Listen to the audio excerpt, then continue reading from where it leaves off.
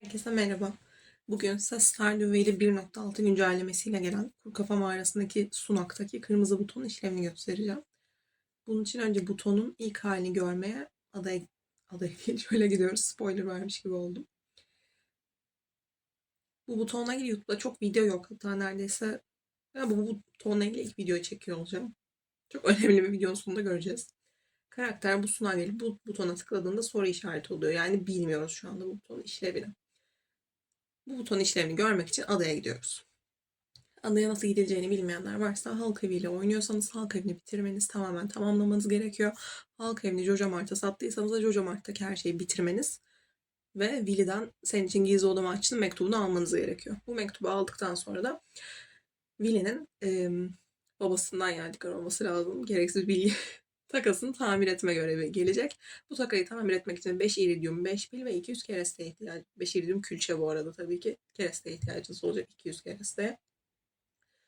Ve bunu da yaptıktan sonra cumartesi günleri hariç Willy'nin çalıştığı her gün her saatte 1000 altın karşılığında adaya gidebiliyoruz. Şimdi adadaki asıl işimiz de Viking'in özel odasına girmek. Buraya da nasıl giriyoruz? Ada puzzle'larla dolu, altın cevizlerle dolu farklı farklı lokasyonlarda.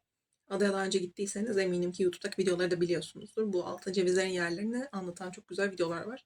İsterseniz tam anlayamadığınız, toplayamadığınız cevizler için videolar çekmemi isterseniz aşağı yazabilirsiniz. Bu arada yeri gelmişken bu kanalda Stardew ile ilgili içerikler çekmek istiyorum. Yaklaşık 1000 saatim var.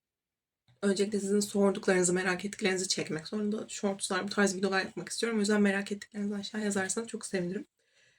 Özetle bu adadaki 130 cevizden 100'ünü topladığınızda Viking'in özel odasına girebiliyorsunuz. Ve biz de şimdi özel odaya gidiyoruz. Yani batı kısmının en uç tarafındaki odaya giriyoruz. Ve bu soru işareti kısmındaki haftalık challenge'lardan bize lazım olan kafatası mağarası istilası görevini alıyoruz. Bu her zaman denk gelmeyebilir. Bunu denk getirmeniz gerekiyor. Bu görevi alıyoruz. Bu görevin alınmış haliyle sunağı size göstereceğim. Ve tabii ki neyse önce sunağı görelim. Ya da görmemize gerek yok. Bu görevi tamamlamak ve o butonu düzenli olarak kullanmak için de bu görevi tamamen bitirmemiz gerekiyor.